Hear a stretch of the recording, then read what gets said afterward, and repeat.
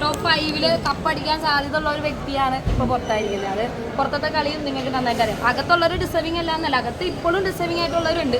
ഇനിയും വീണ്ടും ആ ഡിസേർവിംഗ് ആയിട്ടുള്ളവരൊക്കെയാണ് പിന്നെയും പുറത്തു വന്നിട്ടുണ്ടെങ്കിൽ ബിഗ് ബോസിനൊരു അർത്ഥമില്ലാണ്ടായിപ്പോൾ.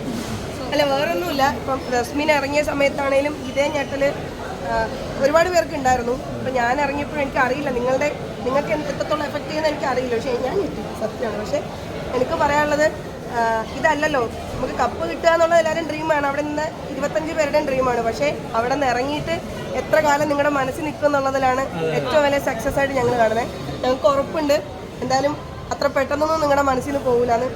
ആൾക്കാരോട് നിങ്ങളെ നന്നായിട്ട് കളിച്ചു, അയ്യോ നിങ്ങൾ ഇപ്പോഴൊന്നും ഇറങ്ങേണ്ട ആളല്ലായിരുന്നു എന്ന് പറയുന്നത് അത് കേൾക്കുമ്പോഴാണ് ഞങ്ങൾ അത്രയും എന്താ പറയാ, അതാണ് ഞങ്ങളുടെ സക്സസ്. അങ്ങനെ ഞാൻ വിചാരിക്കുന്നു. ഈ പ്രേക്ഷകരുടെ വോട്ട് പ്രകാരം നല്ല എവിക്ഷൻ നടക്കണമെന്ന് തോന്നുന്നുണ്ടോ? ഒരിക്കലുമല്ല. അങ്ങനെയെങ്കിൽ നമ്മളെയൊക്കെ എന്തായാലും നല്ല കണ്ടസ്റ്റന്റിനെ ഏഷ്യാനെറ്റ് അവിടെ നിർത്താനല്ലേ നോക്കുള്ളൂ. അവർ പോലും വിചാരിച്ചില്ല. പുറത്ത് വന്നിട്ട് ഇതൊക്കെ കണ്ടു കഴിഞ്ഞപ്പോൾ പുറത്ത് വന്നിട്ട് ഞാൻ എപ്പിസോഡൊന്നും കണ്ടിട്ടില്ല. കാരണം എനിക്ക് കാണുമ്പോൾ നല്ല സങ്കടമായിരുന്നു. അവിടെ ഇരുന്ന് ഇവർ ഓരോ അഭിപ്രായങ്ങൾ പറയുമ്പോൾ ഞാനപ്പോൾ ഒരു എപ്പിസോഡ് കണ്ടിട്ട് ഞാൻ അങ്ങനെയല്ല ഇങ്ങനെയാണെന്ന് ഞാൻ ഒറ്റയ്ക്കിരുന്ന് പറയാം. അപ്പം ഞാൻ വേണ്ട ഇനി കണ്ടാൽ ശരിയാവില്ല, സങ്കടം വരും. അപ്പോൾ അതുകൊണ്ട് ഞാൻ മാറ്റി വെച്ചു. എവിക്ഷൻ എപ്പിസോഡ് മാത്രമാണ് ഞാൻ കണ്ടത്, വേറെ ഒന്നും കണ്ടില്ല. എന്നെ കാണാൻ ഓടി വന്നില്ലേ? അല്ല, ഈ ബന്ധം എങ്ങനെയാ?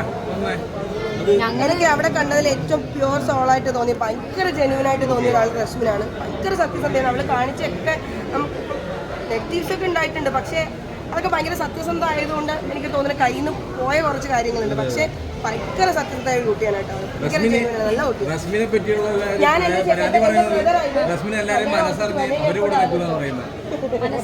മനസ്സറിഞ്ഞ് അവരുടെ കൂടെ ആയി പോകുന്ന പറഞ്ഞു. റസ്മിൻ്റെതായ ഒരു രീതിയിലുള്ളൊരു ഇതുണ്ടായിരുന്നില്ല എന്ന് പറഞ്ഞു. അങ്ങനെയല്ല, നമ്മൾ കേട്ടിരിക്കുമ്പോ എന്താ പറയണേ, മറ്റുള്ളവരുടെ വിഷമങ്ങളും റസ്മിൻ മനസ്സിലാക്കുന്നു. അത് ചെറുതായിട്ട് അങ്ങനെ ആയിപ്പോയി. പക്ഷെ തിരിച്ച് ട്രാക്കിലേക്ക് വന്നതാണ്. അപ്പോഴേക്കും ജനങ്ങൾ നല്ല വ്യക്തിയായിരുന്നു. കുഴപ്പമില്ല, ഹാപ്പിയാണ്. Okay guys.